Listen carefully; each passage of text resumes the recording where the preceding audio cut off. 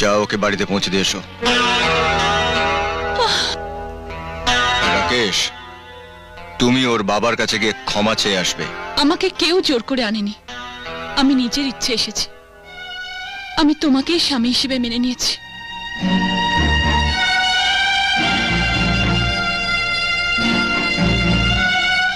কিন্তু রাজা তোমাকে মেনে নেয়নি।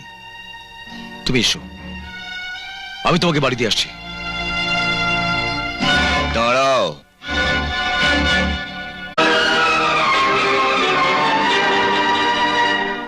তুমি জানো যে আজ আমি নিঃস্ব, পথের ভিখিরি। তোমাকে দেওয়ার মতন আজ আমার কাছে কিছুই নেই। সব জেনে শুনে তুমি আমার কাছে চলে এলে। কে বললো কিচ্ছু নেই?